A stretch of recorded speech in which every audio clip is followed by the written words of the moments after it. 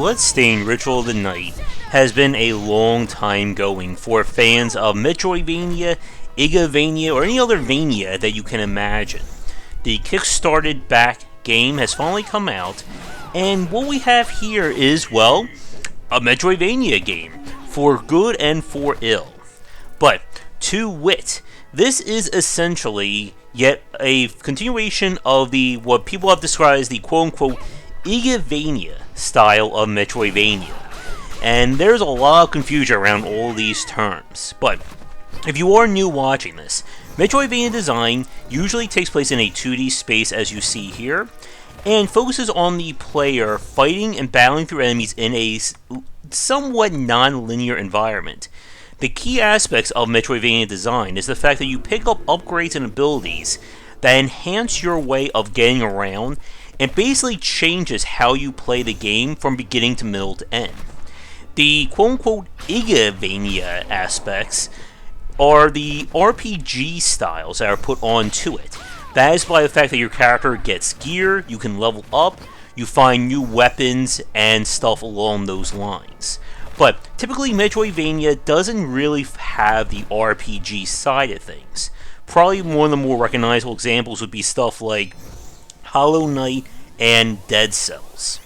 But with Bloodstained Ritual of the Night out now, the game, like we said, hits all those same beats of the 2D Castlevania games that were released on the DS and 3DS.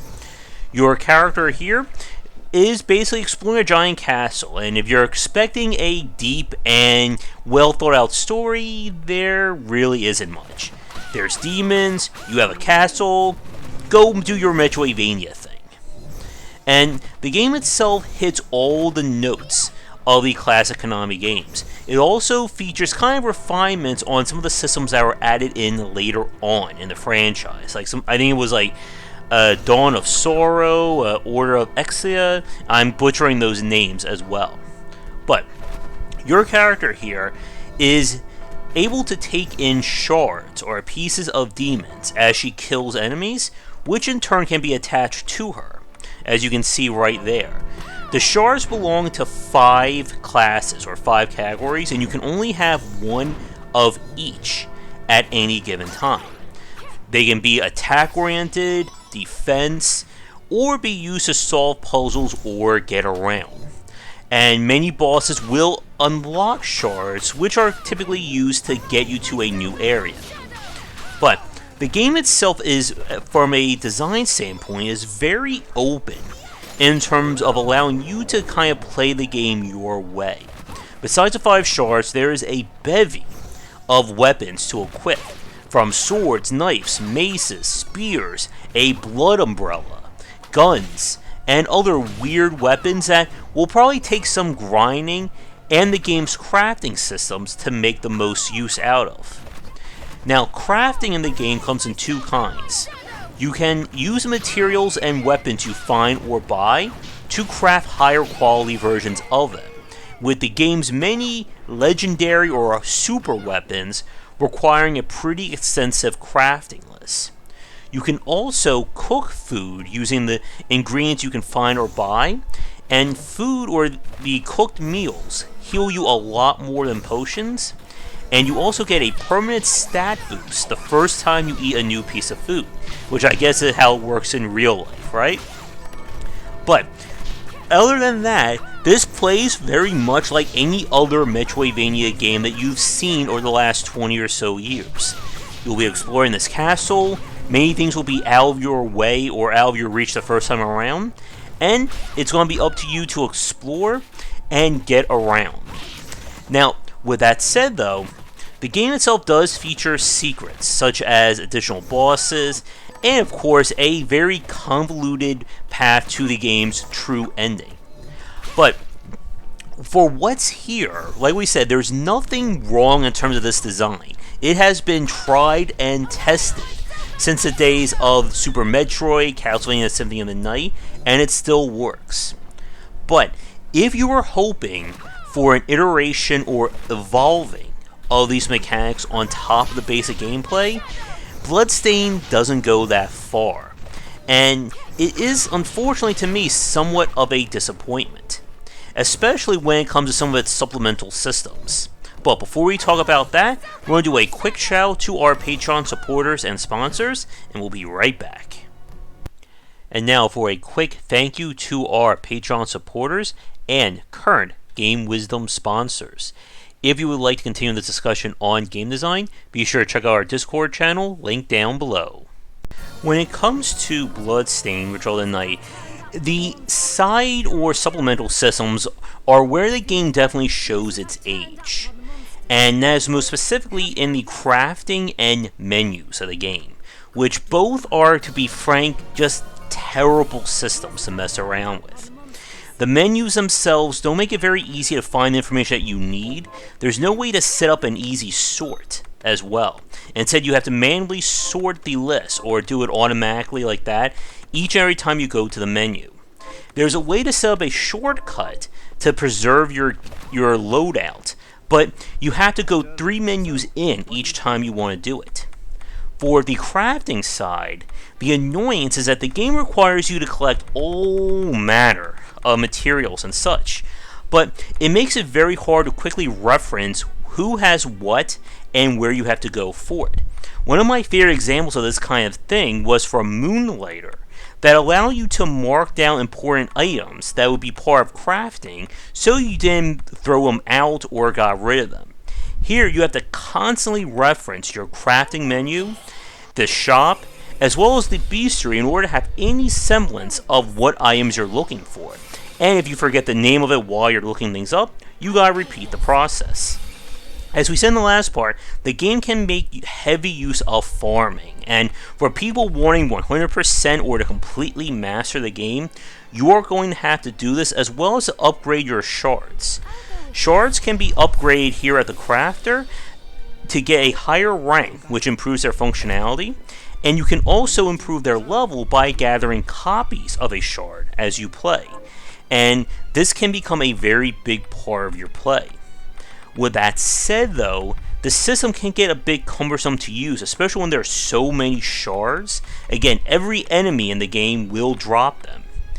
And it runs into that issue that I think a lot of these games do have, that they present so many choices, but the vast majority of them you're not really going to make use of.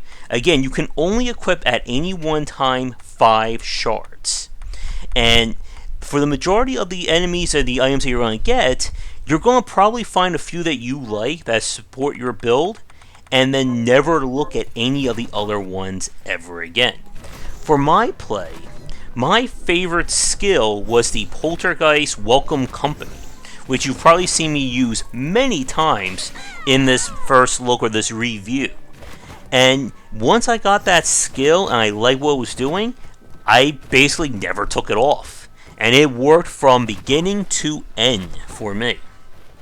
And it is a shame that the game doesn't give all the skills, make them that interesting or fun to use. Like, it never felt like, say, in a game like Prey or more modern examples of emergent gameplay, that I could have a variety of tools and tricks under my sleeve. In this game, it's basically find something you like and then never ever change it. But again, it opens itself up, I think, well to allow for a wide variety of plays.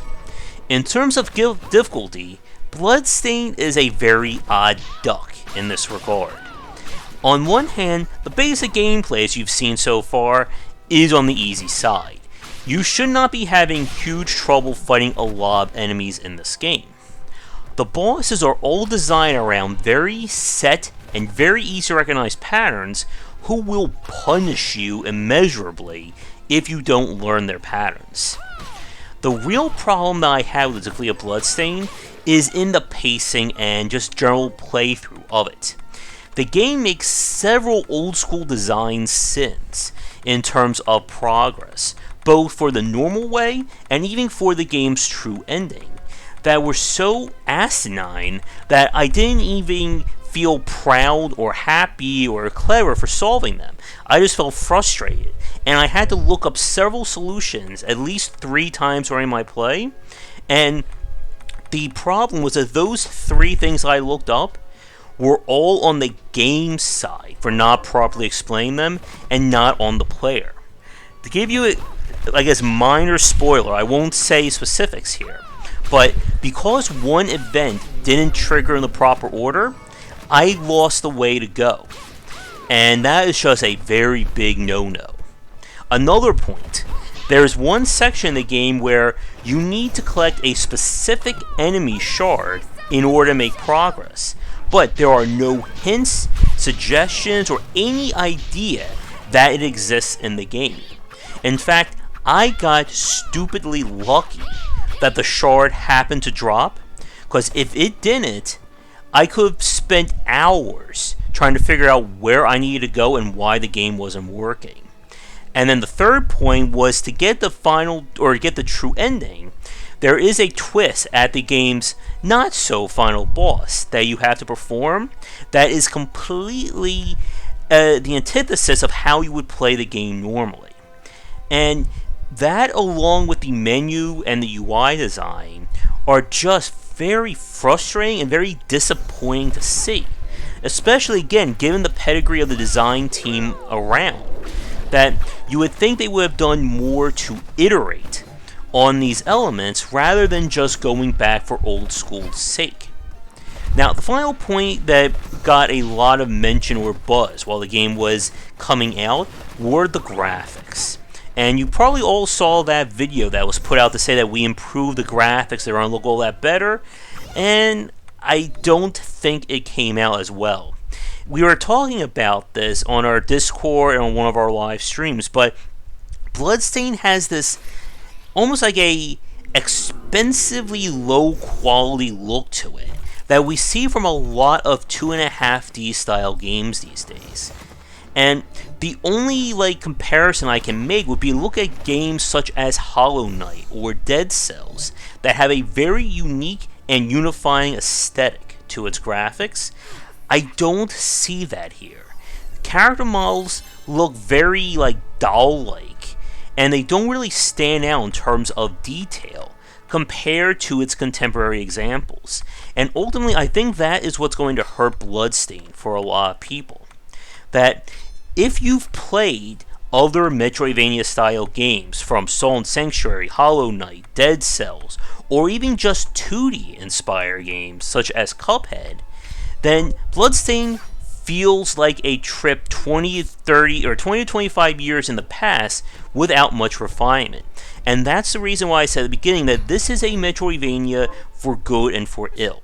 Some of you are going to love this game by the very fact that this is a Metroidvania that we haven't seen the Castlevania design for several years now. And others will probably look down this game thinking that this is just like the other games I played back in the day. Where's the new and exciting part about this? And I think I was more impressed with the Castlevania modern retro title that came out last year than I am with Ritual of the Night. And with that said, though, the game does plan to have, I think they said 13 pieces of DLC coming out, which may fix or expand on the game, or I'm sure will expand on things. And it'll be interesting to see where they go from here. I don't know if we'll see another Metroidvania from the studio, but I'm curious what you folks think, whether you are a long-time Metroidvania fan, a new one, or someone who's never even heard of the franchise, think of this game. Let me know in the comments below, but we're going to wrap things up here. So again, for Bloodstained Ritual of the Night, if you are a Metroidvania fan, then this is more Metroidvania to love.